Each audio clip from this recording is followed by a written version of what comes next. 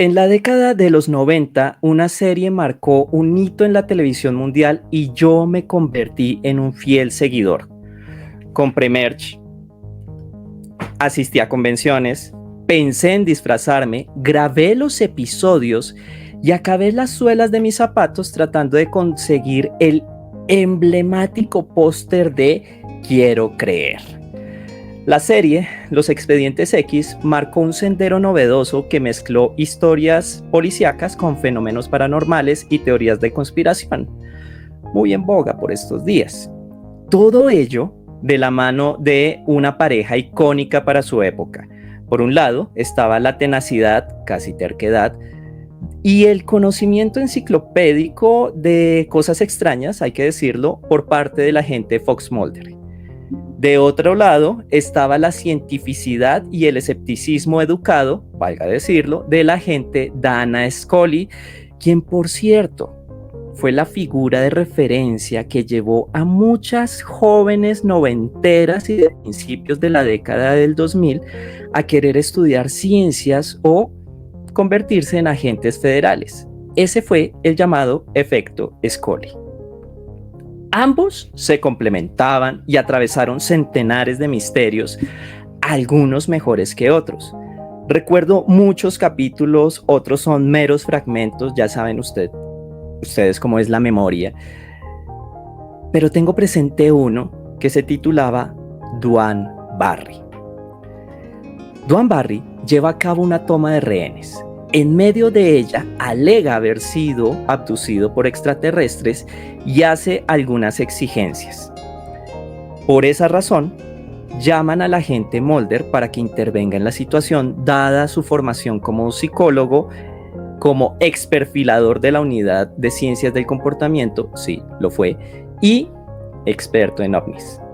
Mientras esos eventos se desarrollaban, la agente Scully descubrió que Duane había sido agente del FBI y que mientras estuvo en servicio sufrió una grave herida en la cabeza.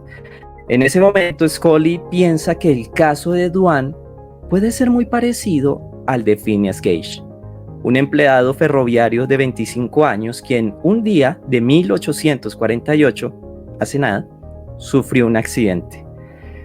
Mientras Phineas manipulaba pólvora, la barra de metal que estaba utilizando salió disparada y atravesó su cabeza.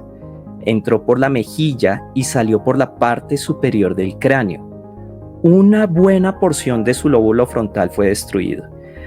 Aunque sobrevivió al accidente, algo casi milagroso, Phineas había cambiado.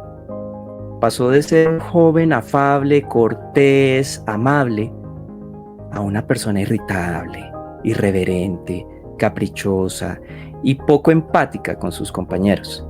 Phineas dejó de ser el Phineas Gage que todos conocían. Por cierto, si quieren conocer más sobre este caso, les recomiendo el libro titulado El error de Descartes, escrito por el neurocientífico Antonio Damasio, y les aseguro que los pondrá a pensar sobre el pensar, la razón y las emociones. Y si quieren saber qué pasó con Duane Barry, busquen el episodio, no les cuento más. ¿Acaso no lo viste venir? La cosa es que tiempo después de ese capítulo de Expedientes X, volví a escuchar sobre el caso de Phineas Gage. Y a medida que escuchaba a expertos o leía una cosa aquí y allá, la idea del cerebro como un órgano más, tal como nos la ofrecen en los años de colegio, no se me hacía tan acertada. De hecho, ¿sabían que no vemos con los ojos sino con el cerebro? Ahí les dejo. El cerebro es el órgano y nuestra vida depende de él más de lo que creemos. Pero claro, yo no soy la persona adecuada para sustentar esta afirmación. Por eso, y para contarnos muchos de los secretos que guarda esa masa de grasa, agua y neuronas de 1,5 kg aproximadamente que tenemos en la cabeza, hoy nos acompaña la, con mayúsculas, experta.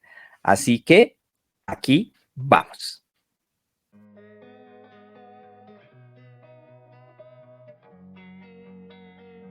Bienvenidas y bienvenidos a este episodio de Barra Criminológica súper especial por y para ustedes. Recuerden que pueden suscribirse, dar me gusta, compartir y activar las notificaciones. No dejen de comentar, siempre estoy súper atento a sus opiniones.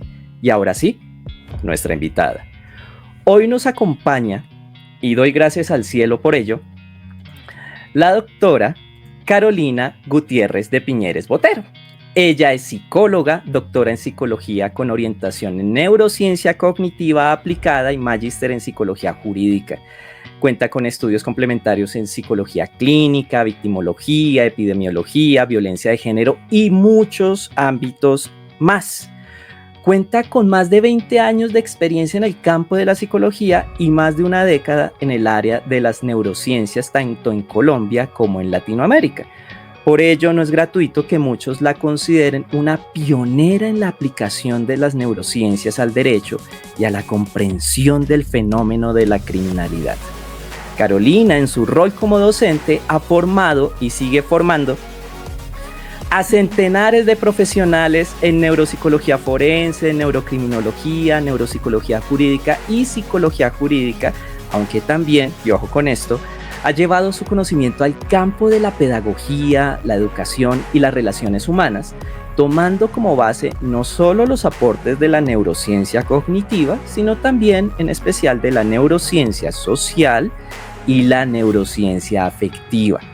También es autora y coautora de diversas e importantes publicaciones y es una invitada obligatoria a congresos, de hecho está en uno, seminarios, ayer estaba en otro, y podcast por ahí. Carolina, qué gusto tenerte en Barra Criminológica. Gracias por estar aquí, gracias por tu generosidad con nosotros.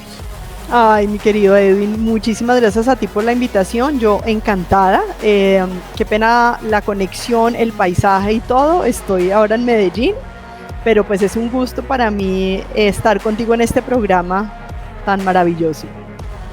No, pues a ti muchísimas gracias, porque justamente en medio de tus obligaciones, de tus compromisos, abrirnos este espacio, pues hombre, qué maravilla. E igual el encuadre no pasa nada. Tú tranquila que brillas per se. Bueno, Carolina, si te parece, entremos en materia. Hubo una época, no sé si todavía ocurre, en la que el prefijo neuro era una especie de gancho comercial. Neuro aquí, neuro allá, y en ese sentido las neurociencias se convirtieron en el tip, ¿no? O sea, para vender, para conquistar, para detectar mentiras y para un larguísimo etcétera. Carolina, ¿qué te llevó a inclinarte al mundo de las neurociencias? Y cuéntanos qué son realmente las neurociencias. Bueno, primero me encanta que digas el comentario que hiciste del prefijo neuro. Desafortunadamente quiero hacer un paréntesis ahí y decir que sigue siendo el gancho para muchas conferencias, charlas de gente que además a veces ni siquiera es experta, pero bueno, o sea, lo importante es que por lo menos las neurociencias ahora son un poco más conocidas. ¿Qué me llevó cuando yo hice, te cuento rápidamente, cuando yo hice el doctorado en neurociencias aplicadas? Yo me terminé dando cuenta que tenía un enfoque muy clínico y yo empecé a pensar, bueno, esto, ¿cómo lo pego con lo que yo hago? Porque yo definitivamente no me he querido nunca dedicar a la clínica, ni a la neuropsicología clínica, ni a la psicología clínica. Y yo decía, ¿qué hago? Y con uno de mis profesores del doctorado, que ha sido perito en Estados Unidos, empecé a hablar mucho y yo le dije, mira, a mí se me ocurre esto me dijo maravilloso, y desde ahí empecé casi que a crear el área en Colombia, en Latinoamérica de cero, porque para ese momento había muy pocas publicaciones, muy pocas cátedras, realmente en el mundo nadie enseñaba o se enseñaba muy poquito, y ahora hay una formación mucho más importante. Y yo empecé, además en el 2008 con el doctor Eric García, también habíamos tenido una conversación y habíamos dicho, los dos habíamos pensado, las neurociencias van a ser en el futuro pues algo que va a ser imprescindible para entender al ser humano. Y eso me llevó a mí a empezar a explorar, a mirar cómo estas investigaciones en neurociencias en el laboratorio las podíamos empezar a aplicar a diferentes campos, y uno de esos claramente es el campo del derecho, de la ley y la justicia. Entonces, por ahí es como por donde nace esta idea. ¿Qué son las neurociencias? Rápidamente te digo, las neurociencias es un conjunto de conocimientos que buscan explicar la relación cerebro-conducta, pero incluye no solamente el cerebro, sino incluye, a mí me gusta mucho decirlo así, todo el sistema neuroendocrino, o sea, todo lo que somos. No quiero que pensemos que es algo reduccionista, porque definitivamente esto es lo que somos, o sea, nuestro cerebro es lo que somos. Si se daña nuestro cerebro, tú ya contaste 2 casos maravillosos, nosotros vamos a cambiar. Eso no significa que lo único importante sea la parte biológica, ¿vale? Eso es una cosa que quiero aclarar. Eso es un poco como para resumirles qué son las neurociencias. Sí, además porque eso es tremendo tema de ahora sí, centenares y centenares de publicaciones por doquier. Y fíjate que justamente a propósito de publicaciones, he leído y he escuchado a algunos autores que sugieren, y voy a tocar un término muy particular, sugieren que el libre albedrío no existe y que la autonomía, la singularidad no son más que el resultado de un conjunto de conexiones neuronales y ya. Es casi como que no somos nosotros los que tenemos un cerebro, sino que el cerebro es el que nos tiene a nosotros. ¿Tú qué piensas al respecto? Además, porque acabaste de mencionarlo. Entonces, ¿tenemos esperanza los que tenemos cerebro? Bueno, mira, yo siento que ese es uno de los problemas de cómo aplicamos las neurociencias a diferentes campos, a veces como sin realmente entender qué es lo que se está diciendo. Digamos, hubo 2 experimentos que mostraron, se ponía unas personas frente a un computador y se les pedía, frente a un aparato, y se les pedía que oprimieran un botón como prediciendo algo que iba a pasar. No les quiero contar todo el experimento, pero era el de Libet y luego otros autores lo replicaron de otra manera. Y entonces se encontraron que el cerebro había ya activado algunas regiones unos milisegundos antes de que yo oprimiera la palanca. Desde ahí fue que empezaron a decir que como que mi cerebro ya había tomado una decisión antes de que yo fuera consciente de tomarla. Esto podría ser cierto para algunas cosas, pero no aplicaría para todo. Y aquí quiero traer rápidamente a Kahneman, que yo imagino que de pronto lo has leído con el libro Pensar Rápido y el libro de Ruido, que habla mucho del procesamiento automático y el controlado. Nosotros tenemos 2 niveles de procesamiento de información y 2 formas de hacer las cosas en la realidad. Por un lado, tenemos lo que hemos aprendido a lo largo desde nuestro nacimiento hasta nuestra vida adulta, y hay cosas que aprendemos a hacer de una manera, por ejemplo, manejar, por ejemplo, formas de pensar y ver el mundo, son cosas a veces que hemos aprendido a lo largo y que se vuelven automáticas, porque a veces necesitamos resolver problemas rápidos. Por ejemplo, si me van a asaltar y yo soy un experto en un cinturón negro, 10º dan, pues mi cerebro está entrenado para responder y golpear rápidamente. Si yo, que no tengo ni idea de karate, a mí me asaltan, yo no voy a responder, probablemente me voy a quedar quieta o voy a salir corriendo. Todas las 3 son respuestas automáticas. Pero para decisiones mucho más complejas, decisiones mucho más a largo plazo, realmente nuestro cerebro necesita un proceso controlado. Es decir, necesita razonar, necesita abstraer, necesita ser lógico. Y en ese escenario, no es una decisión pensada. Para eso tenemos un sistema límbico, un lóbulo frontal. Entonces, yo creo que hay un error en la interpretación. Yo creo que sí tenemos libre albedrío para algunas cosas y para otras no, dependiendo un poco de la situación. Voy a poner el ejemplo rápido. Hace poco, creo que en Colombia, los que vieron la noticia recuerdan el caso de un hombre que iba en un carro verde que fue muy famoso. Lo iban a robar y el hombre salió corriendo, persiguió a los de la moto y los atropelló y mató a uno de ellos y al otro lo hirió. Uno pensaría, ¿ese fue libre o no fue libre? Yo les diría, yo creo que ahí él respondió con su cerebro automático.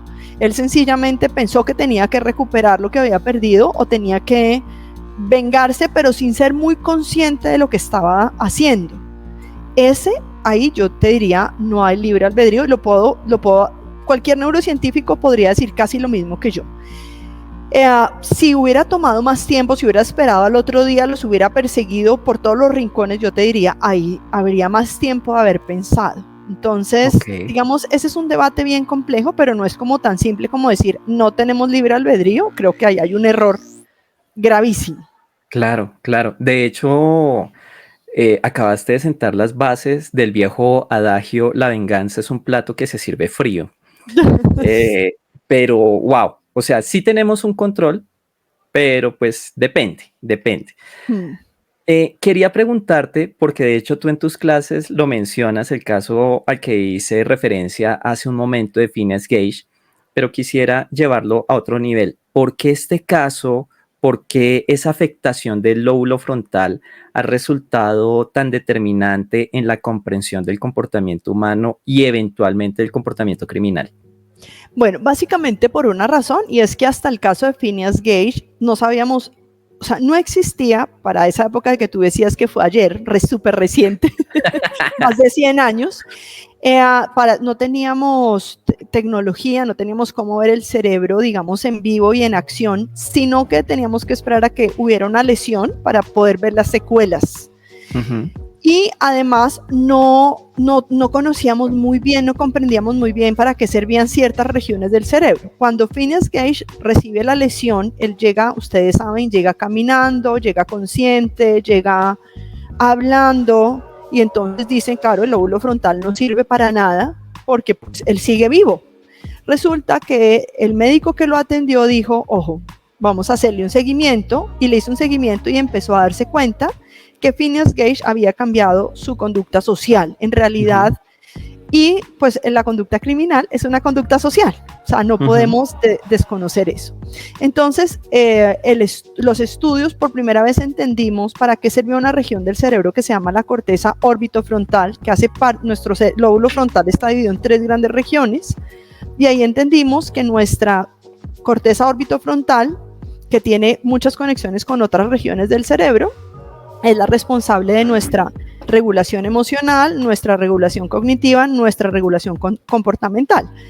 Y ese caso de Phineas Gage, por eso se dice que él cambió su personalidad, se volvió una persona apacible, tranquila, a una persona impulsiva, imprudente.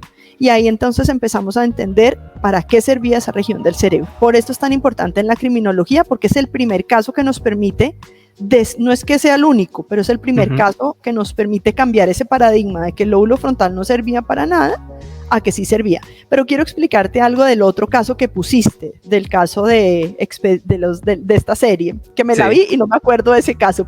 Ay, por Dios, pero eres de los míos, bien. Sí, claro. Puedo ser casi tu mamá, entonces, claro que me la vi. Por Dios, pero no vamos a sacar las cédulas acá porque... No las vamos a sacar. Pero mira, por lo que contaste, la lesión muy probablemente no era una lesión en el lóbulo frontal, sino en el lóbulo temporal. Wow. Las lesiones, por eso es tan importante cuando una persona cambia su conducta, observar en qué cambió. Cuando una persona empieza a desarrollar como comportamientos místicos, como creencias mágicas religiosas, esas creencias están alojadas en el lóbulo temporal, y entonces estas personas pueden llevar al mundo a hacer un montón de cosas basados en pensar que los extraterrestres nos van a invadir, inclusive llegar a creer que yo soy un enviado de Dios y que tengo poder, contrario a lo que pasa con ahí no hay una conducta impulsiva, hay un cambio en la percepción de lo que yo soy. Entonces, fíjate, me encantó que hubieras puesto esos 2 casos porque son 2 lesiones con un impacto diferente. Ok, gracias, agente Gutiérrez. Interesante, esto cada vez se va a poner mejor, se los prometo. Y bueno, les quiero contar que hace 10 años, gracias a Amazon, y esto no es una pauta publicitaria, me leí este libro, escrito por el profesor Adrian Rain, titulado La anatomía de la violencia, las bases biológicas del crimen. Y precisamente tiene que ver con lo que tú mencionabas, que ahora sí hay tecnología para ver qué pasa en el cerebro y demás. Y pues claro, en este libro se aborda uno de los tópicos por excelencia de la criminología, la psicología criminal, la psicología jurídica y todo lo que tú quieras, hasta del entretenimiento, y es los psicópatas. La pregunta reiterada N mil veces es, desde tu conocimiento, desde tu pericia, ¿los psicópatas nacen o se hacen? Yo creo que tenemos toda la evidencia para decir que el psicópata se hace. Wow, cuéntanos eso. Porque nosotros tenemos un cerebro que tiene unas predisposiciones biológicas y genéticas para poder hacer ciertas y funcionar en el mundo. Pero lo que somos en realidad depende de nuestro ambiente social y además de una cosa que yo repito eternamente que es súper sorprendente, es de lo que nos alimentamos. El tipo de comida, si son demasiados dulces, carbohidratos, comida chatarra. Entonces hoy está demostrado que los psicópatas son personas que han estado en un ambiente hostil o muy abandónico emocionalmente. Eso hace que ciertas estructuras del cerebro no se desarrollen de manera adecuada. Dentro de esas, una región que se llama la corteza somatosensorial, que hace que ellos tengan, digamos, mayor dificultad para tener miedo al castigo. Es decir, cuando a mí me dicen, te voy a golpear, yo dejo de hacer cosas porque mi corteza somatosensorial me dice, eso me va a doler. Claro. Ellos tienen una menor reactividad física, que es un poco lo que dice Adrian Raine, el tema de la respuesta electrofisiológica en ellos. Y entonces, ¿por qué pasa eso? Porque han tenido que desarrollar una historia personal donde se tienen que proteger de la violencia, aunque claramente tienen que tener también una predisposición genética. Entonces, yo creo que deberíamos tener una clasificación amplia de qué consideramos en realidad psicópata, y muy seguramente algunos, el peso genético es más amplio, y en otros el social. No podemos desconocer que hay una integralidad entre lo biológico, lo genético y lo social y lo que comemos. Claro. De hecho, estas preguntas, y la hice con toda la intención de si es una cosa o la otra, hoy en día en las ciencias ya está mandada a recoger, precisamente porque es la confluencia de diferentes factores las que determinan entre comillas, las que influyen para que un fenómeno en particular surja. Y pues qué fenómeno tan particular y variado es el ser humano, pues en este caso todavía con mayor razón. Así que quedamos interesados en los psicópatas, volveremos a ellos, pero en este punto quiero, aprovechando que estás acá, irnos a otra orilla. Quiero que hablemos de el enamoramiento, pero tranquilo, nos vamos a poner rosas porque esto es barra criminológica, o sea que ya saben que esto va por mal camino. Hay relaciones afectivas de pareja que terminan mal, muy mal, tan rematadamente mal, que en ocasiones cruzan la frontera de lo criminal. Y yo te tengo una pregunta porque sé que has hablado sobre todo lo que pasa cuando uno está enamorado. Y te quiero preguntar, ¿acaso el enamoramiento es parte de esa receta? ¿Tiene algo que ver con esos finales en donde no fueron felices ni comieron perdices? Bueno, pues muy interesante lo que preguntas. Yo creo que primero hay que entender que existen diferentes tipos de interacción afectiva. Hay una más filial, maternal y demás. Yo creo que más complicada en todos los casos es las relaciones de pareja.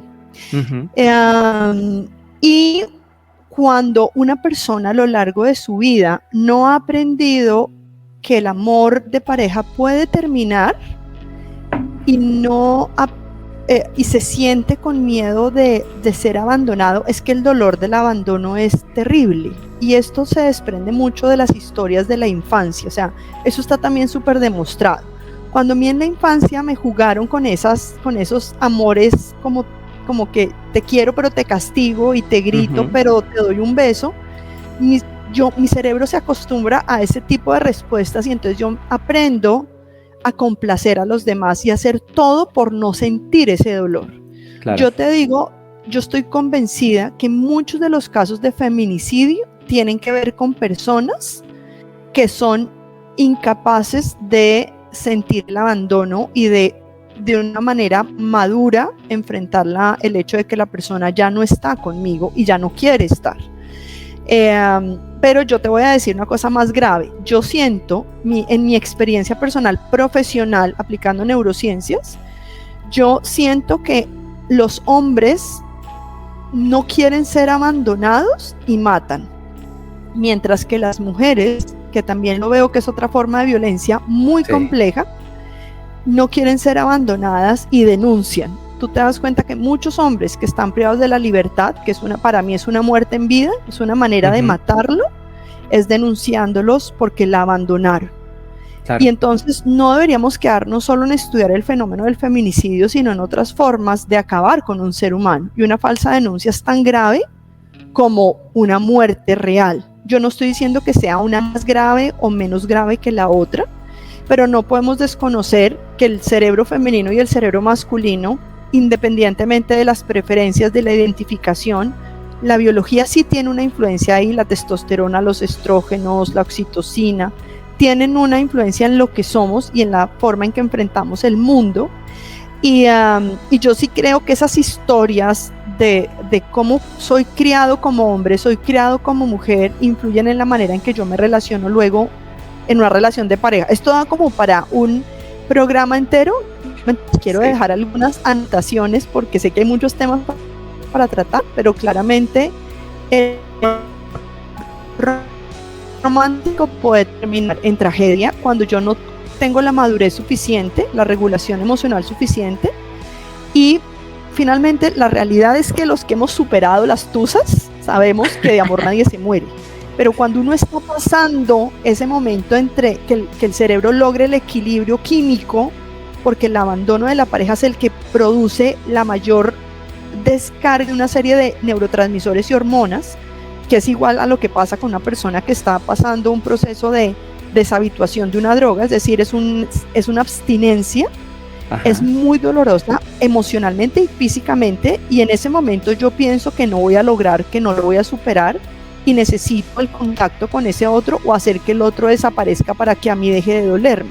Si yo entendiera más esto, los tratamientos para este tipo de personas no serían la cárcel, serían realmente un tratamiento psiquiátrico, neurológico, psicológico, psicosocial, porque la respuesta no es seguir aumentando penas y vengándonos de hombres y mujeres, es entender qué es lo que pasa en nosotros los seres humanos.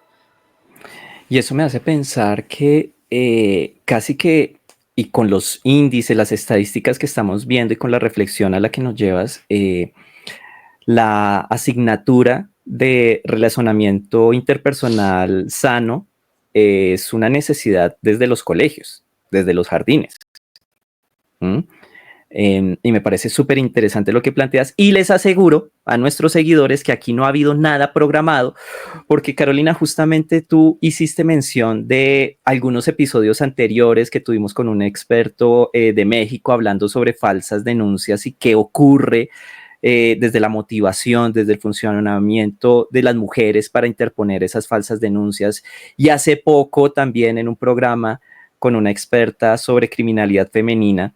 Y son temas que terminan siempre cruzándose en un punto y dejando la reflexión de que hace falta más estudio y aprovechar el que ya hay para tomar medidas más efectivas. Y a propósito de esos estudios, me enteré por ahí que hace unos poquitos años adelantaste un trabajo junto con otros profesionales con maltratadores de pareja. ¿Qué otros hallazgos nos puedes compartir de cómo funcionan algunos? Porque a veces también como que ponerlos a todos en el mismo grupo no está bien. Pero ¿qué más nos puedes compartir de qué es lo que pasa en el cerebro de un hombre que decide agredir a su pareja o eventualmente quitarle la vida? Bueno, una de las cosas justamente porque estoy en Medellín, que voy a hablar de eso mañana, es sobre cognición social, y es uno de los hallazgos que encontramos y que se ha encontrado no solo en este estudio, sino en muchos otros estudios, es que los hombres tienen mayor dificultad para diferenciar las expresiones emocionales en los rostros de las personas con que interactúan, especialmente con su pareja. Entonces, por ejemplo, tienen dificultad sobre todo con las emociones que llamamos negativas, que es un error, pero lo voy a dejar por ahora, ¿sí?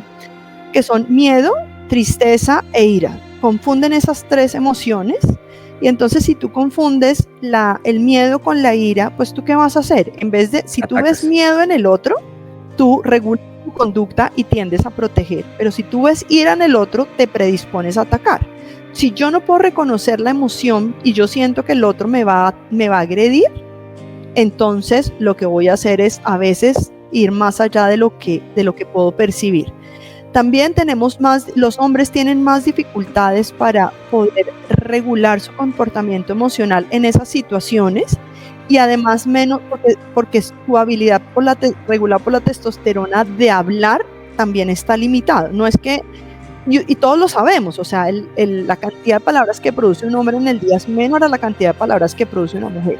El no tener esa capacidad verbal también limita la capacidad de autorregulación emocional.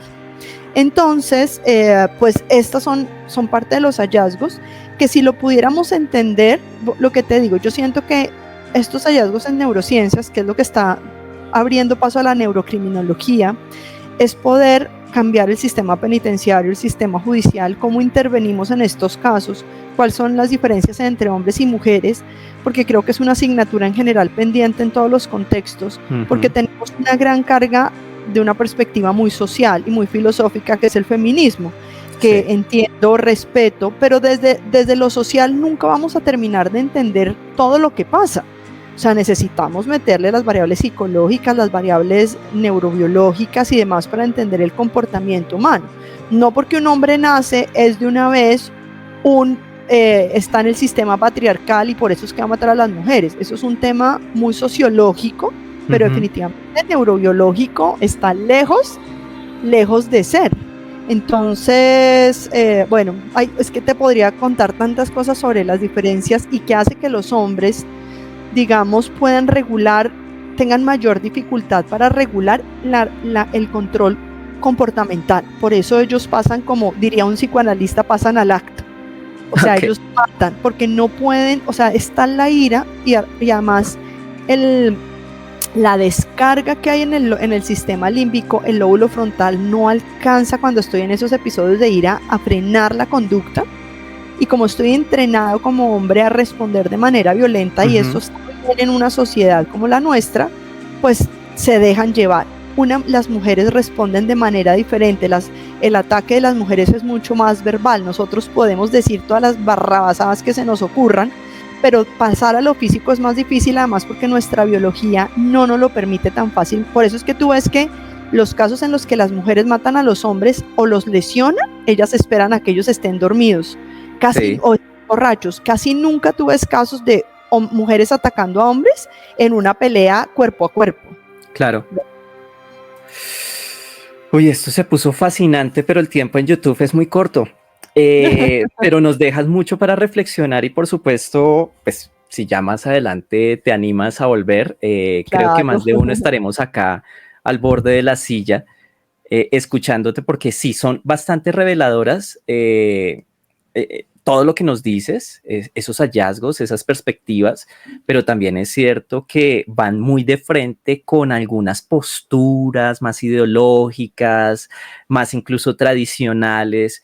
Pero pues ahí sí, como dice el meme, son los datos, es la ciencia y pues hay que decirlo. Pasemos a otra orilla, porque también quiero conversar contigo sobre un punto, sobre un fenómeno. A diario ocurren peleas que igual salen mal. Muchas de esas discusiones, de esas riñas, son por una camiseta, la invasión del carril vehicular, el espacio personal en el transporte público. Yo sufro demasiado con eso. La solicitud de bajar el volumen, o bueno, XYZ razón. En estos casos, el despliegue violento suele ser muy intenso y de hecho ya nos damos cuenta en los videos que abundan en redes sociales que es justamente, repito, redes sociales y los medios de comunicación en donde terminan etiquetando estos incidentes como falta de tolerancia. En lo personal, creo que esa etiqueta invisibiliza problemas más profundos que de alguna manera tú ya nos has dilucidado, pero tú como experta, ¿qué piensas de esa violencia cotidiana, muy reactiva, intensa que vemos cada vez más frecuente en redes sociales y a veces no más al salir a la calle? Bueno, dirán que la neurociencia tiene respuesta para todo, y es cierto. Y nuevamente pasa algo similar a lo que te dije. Yo te decía, nuestro cerebro no solamente es la biología, sino lo que ha aprendido y suena feo, pero cómo se ha entrenado para dar respuestas a ciertas situaciones sociales. Ya te aseguro que esto es muy cultural de Latinoamérica y de países que tienen que ver con esta cultura, por ejemplo, Portugal, España, que no pertenecen a Latinoamérica, a Suramérica, pero tienen raíces latinas. Entonces, ahí sí la cultura influye en nuestro cerebro. ¿En qué sentido? Siempre nuestro lóbulo frontal será el encargado de, ante una situación que yo siento como amenazante, como es que a mí me cierren en un carro, por ejemplo, o a mí me llamen la atención por algo de una mala manera en la calle, mi lóbulo frontal evalúa rápidamente y decide, ojo, esta persona está molesta, y luego lo solucionas de otra manera. Okay. Pero nuestro lóbulo frontal en Latinoamérica yo siento que no está entrenado para eso y nosotros dejamos esto se llama el circuito de las emociones, para que lo entendamos. Nuestro sistema límbico, especialmente la amígdala cerebral, no las amígdalas de acá, sino unas estructuras que están dentro, empiezan a mandar señales, a decir, ojo, se prenden como si fuera un bombillo que da una alarma, ojo, ojo, peligro, peligro, peligro, y empieza a mandar señales y nuestro lóbulo frontal, como no está entrenado, no alcanza a ponerle un freno como a esa descarga que hay. Y entonces vienen las respuestas. ¿Qué necesitamos? Un entrenamiento social. A mí me encantaba, me encantaba eso de Antanas Mockus, que aunque a veces era impulsivo, Antanas Mockus de cambiar un poco la cultura en muchos aspectos. Nosotros necesitamos un cambio de cultura para que nuestro lóbulo frontal aprenda a responder de una manera diferente. No significa que yo no me moleste, significa que yo manifieste mi malestar de una manera que construya en las relaciones humanas, no que destruya como nos pasa. Claro. Y otra cosa que te voy a decir, qué pena, yo sé que el tiempo es corto, pero no me puedo ir sin decir esto, y es... Adelante. Y es, nuestro lóbulo frontal termina de madurar en teoría más o menos a los 21 años, pero hay estudios que muestran que en algunas personas el lóbulo frontal, que es el que les digo que le pone el freno a esa descarga emocional, puede terminar de madurar a los 40 años. Yo siempre lo digo en no hay esperanza. Hay personas que les pasa eso, su lóbulo frontal no tiene la suficiente madurez para responder, pero hay un estudio reciente, nosotros pensábamos que el sistema límbico todo terminaba de madurar más o menos hacia los 6-7 años de edad. Resulta que hoy sabemos que hay regiones del lóbulo del sistema límbico que terminan de madurar a los 25 años. Eso significa que si tenemos un lóbulo frontal inmaduro y un sistema límbico inmaduro, pues nuestras respuestas emocionales, conductuales y comportamentales serán unas respuestas impulsivas, muy dañinas, de las que además después yo me arrepiento.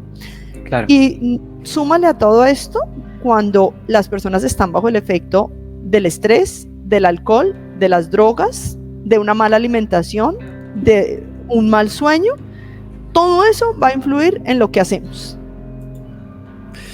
Ya me asusté de mí mismo. Pero interesante. Solo es para que tengas conciencia y entonces sí. Aquí vamos a dormir más, hasta a manejar mejor el estrés. Pues realmente no es tan fácil, no es tan difícil. que podamos hacer las cosas mejor, es tomar conciencia de que tenemos que hacer cosas. Claro, claro, definitivamente, y lo hablábamos en el episodio anterior, es una decisión personal de enfrentarse a sí mismo y pues de alguna manera enfrentar toda esa carga de aprendizaje que tú ya nos incluyes un elemento adicional que es la cultura, y ciertamente en ese ámbito en Latinoamérica esa cultura de enfrentar, luchar es bien arraigada y no ayuda en lo absoluto. Carolina, me encantaría tocar infinidad de temas más, además porque nos los has dejado ahí en punto, pero quiero que vayamos al tercer segmento, que ya es el último. Igual vas a seguir enseñándonos, te lo prometo, pero quiero que vayamos al tercer segmento de esta barra criminológica. Es un segmento al que yo no sé por qué los invitados le tienen miedo, pero pues es algo muy tranqui, o sea, es algo muy sencillo, porque aquí es cuando empieza la barra libre en ráfaga, que son preguntas que respondes sin usar demasiado el cerebro, ya que estamos hablando del cerebro, y lo que salga. ¿Listo? Es algo muy, muy relajado, así que, ¿estás lista? Se ríen, todos se ríen igual, no sé por qué, o sea, es como no tengo confianza, pero tranquilos que esto sale bien. ¿Listo? Entonces, ¿lista o no? Aquí vamos, tranquila que esto tiene un nivel interesante. Entonces, Carolina, ¿perros o gatos? Gatos. ¿Un lugar para visitar y por qué? Praga. ¿Por qué? Por la historia que tiene ese país, esa ciudad que es divina. Además que la tienes fresquita, la influencia de la memoria. Durante un apocalipsis zombie, ¿qué libro guardarías a toda costa? Uno de Robin Sharma, el En busca de sentido. No El hombre en busca de sentido, sino En busca del destino. Del destino, ok, perfecto, listo. Tomamos nota. Una película o serie que no podemos dejar pasar. Madre, ahí sí me corchas con... No, es que no soy muy de ver televisión, la verdad. Ok, entonces pasas. ¿Qué es lo peor de ti misma que te ha enseñado las neurociencias? El autocontrol. Yo sé que la gente que ve acá este programa lo sabe. Hoy soy muy controlada, pero me costó muchísimas lágrimas. Ok, muy bien. ¿Y qué es lo mejor de ti que te han enseñado las neurociencias? Lo prosocial, el servicio. Y ya vamos a eso. ¿Cuál neuromito es necesario eliminar hoy, ya, de inmediato? Que la neurociencia es reduccionista. Ok. O sea, y creo que ya nos diste más de un ejemplo para descubrir que definitivamente no es así. Aquí vamos a bajar los cambios. Vamos a calmarnos, ya lo puedes pensar mejor las siguientes preguntas. ¿Y qué es lo más complejo de ser mujer neuropsicóloga forense? Mira, sin ser feminista te lo digo, lo más difícil son los hombres que me han tocado alrededor. Ok. Ahí me han tratado de destruir, hablan mal de mí y todos son hombres. Es increíble. Wow. Dicen que yo soy una bruta, que no sé nada, que no me crean, que yo no soy una autoridad en el tema. Es increíble. Lo que pasa es que yo, digamos, hoy en día tengo una buena autoestima y eso ya no, antes me daba muy duro, hoy me da risa, pero ha sido muy difícil porque yo podría estar haciendo más cosas, pero hay un grupo de personas, además en Colombia, que no me dejan. Wow. O sea, yo ya creo que es que tienen una obsesión conmigo porque es una cosa impresionante. Suele pasar. Investigan en el tribunal. Qué fuerte. Ok. Bueno, y una pregunta que no estaba pensada. Se cortó un poco. ¿Las neurociencias cómo explicarían esa animadversión que te has ganado?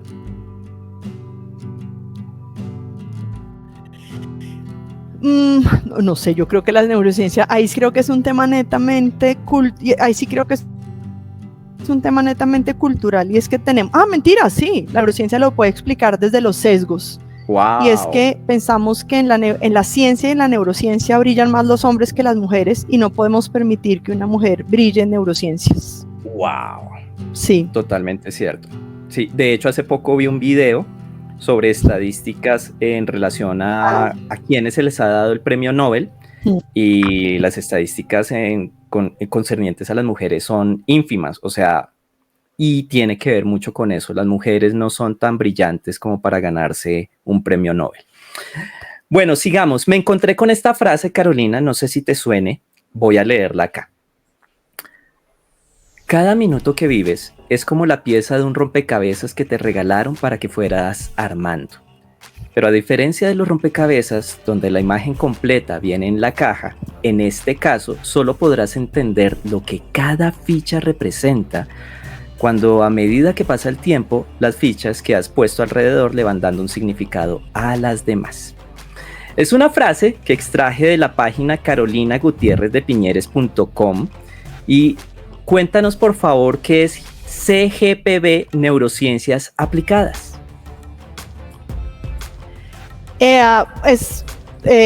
Quise tener una página para que las personas pudieran consultar cosas, todo lo que tenga que ver las profesiones,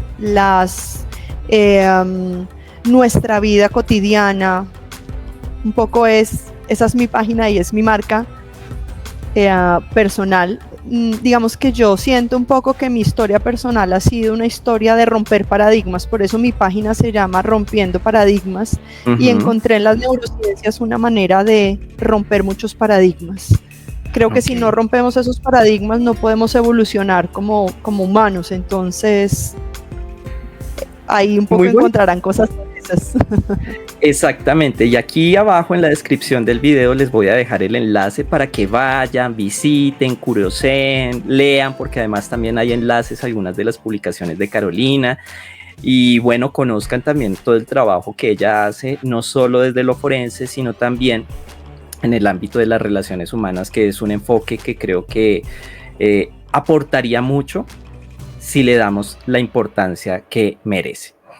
Carolina, desde hace varios episodios atrás, aquí en Barra Criminológica, he querido hacer un pequeño reconocimiento, por llamarla de alguna manera, a mujeres que como tú han aportado y siguen aportando a la construcción de conocimiento, al desarrollo de cambios individuales y hasta sociales.